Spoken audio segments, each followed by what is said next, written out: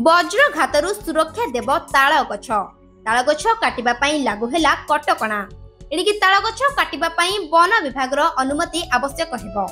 दिनकु दिन जलवायु परिवर्तन हेबा सहित विभिन्न प्राकृतिक विपर्यय घटुथिबा बेले अदिनिया वज्रघात रे अनेक धन जीवन नष्ट हो जाउची। याकु रोकिबा पई ताल गछ एबे मुख्य भूमिका ग्रहण करिवो। या सहित वर्षा दिने हाथी मानक खाद्य अभाव को ताल गछ दूर करिवो।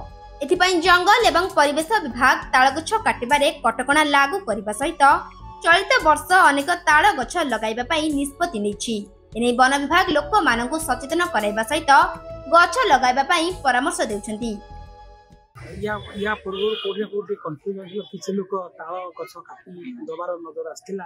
तेणु जहा हो ठीक समय सरकार तरफ पीसीसी तरफ निर्देशनामा आसी जे ताल गछ बिना अनुमति रे कटा जाई परिबो नाही।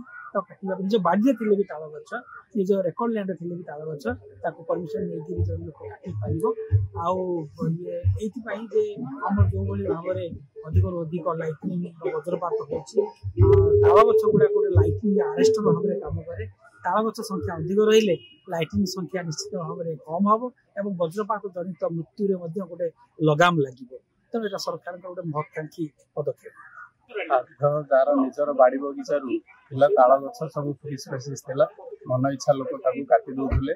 किंतु वर्तमान ताल गछर उपकारिता दृष्टि से जो आमर बिजुली टाकू से ऑब्जर्व करूची से ताल गछटा को शाल सागवान भलिया ट्रीटमेंट करा हबो। ताकू 56 लागू हबो। ताकू नबाटा आईन अनुसार कर्तव्य अपराध जेल दंड भी हबो। लोक सचेतन करा होची ताल गछ न काटिबा आ पर्याप्त परिमाण रे गछ लगेगा लोक सचेतन करा होची।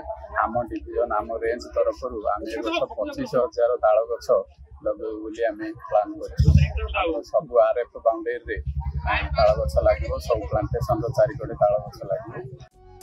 बुगड़ारू पूर्णचंद्र बारिंग रिपोर्ट रियो न्यूज।